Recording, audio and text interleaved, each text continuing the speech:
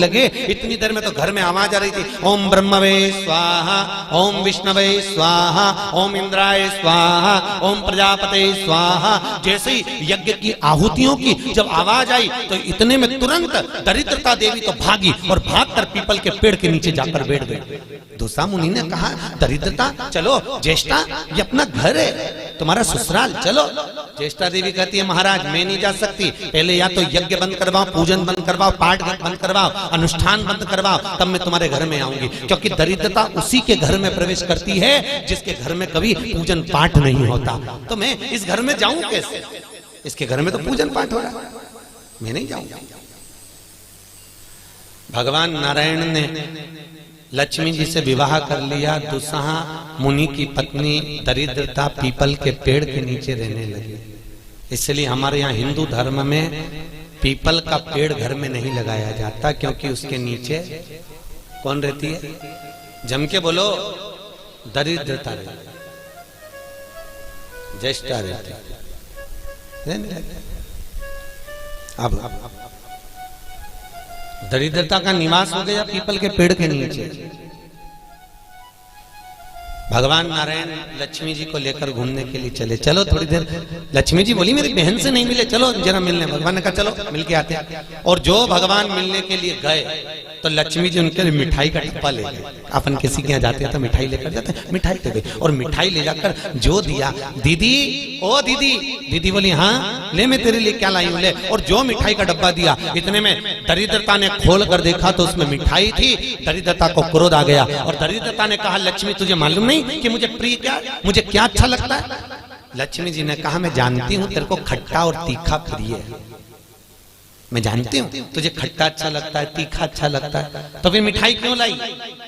तो लक्ष्मी जी बोली, मेरे को लगा कि हो सकता है शादी के बाद तू चेंज हो गई हो, बदल गई, इसलिए मैं तेरी मिठाई। मिठाई का डब्बा उठाकर फेंक दिया दरिद्रता। और दरिद्रता ने फेंका। भगवान नारायण देख रहे थे। लक्ष्मी जी ने कहा चलें। भगवान विष्णु कहे चलो, चलिए।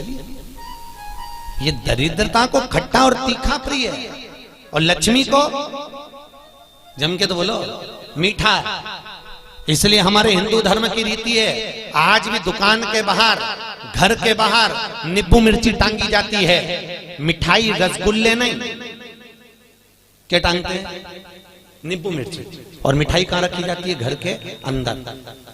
तीखा और खट्टा बाहर और मिठाई अंदर। उसका केवल, कई लोग कहते हैं नींबू मिर्ची इसलिए टांगते हैं नजर नहीं लगे। नजर नहीं, लक्ष्मी और दरिद्रता ये दोनों बहन का नियम है। प्रतिदिन सुबह से लेकर शाम तक ये प्रतिदिन घूमने के लिए निकलती हैं। प्रतिदिन ये इनका काम ही है घूमना, दोनों बहनों का, दरिद्रता और लक्ष्मी का।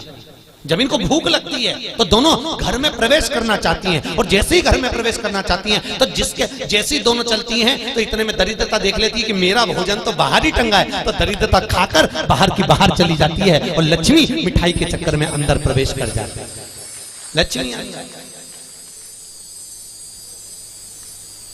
लक्ष्मी अंदर प्रवेश कर।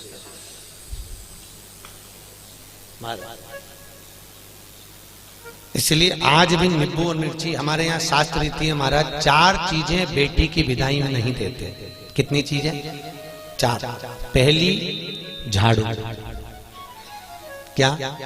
झाड़ू। दूसरे नंबर पर चलनी, आटा छानने की चलनी। दूसरे नंबर पर चलनी, तीसरे नंबर पर सुई और चौथे नंबर पर अचार की बरनी। बेटी की विदाई में नहीं दी जाती।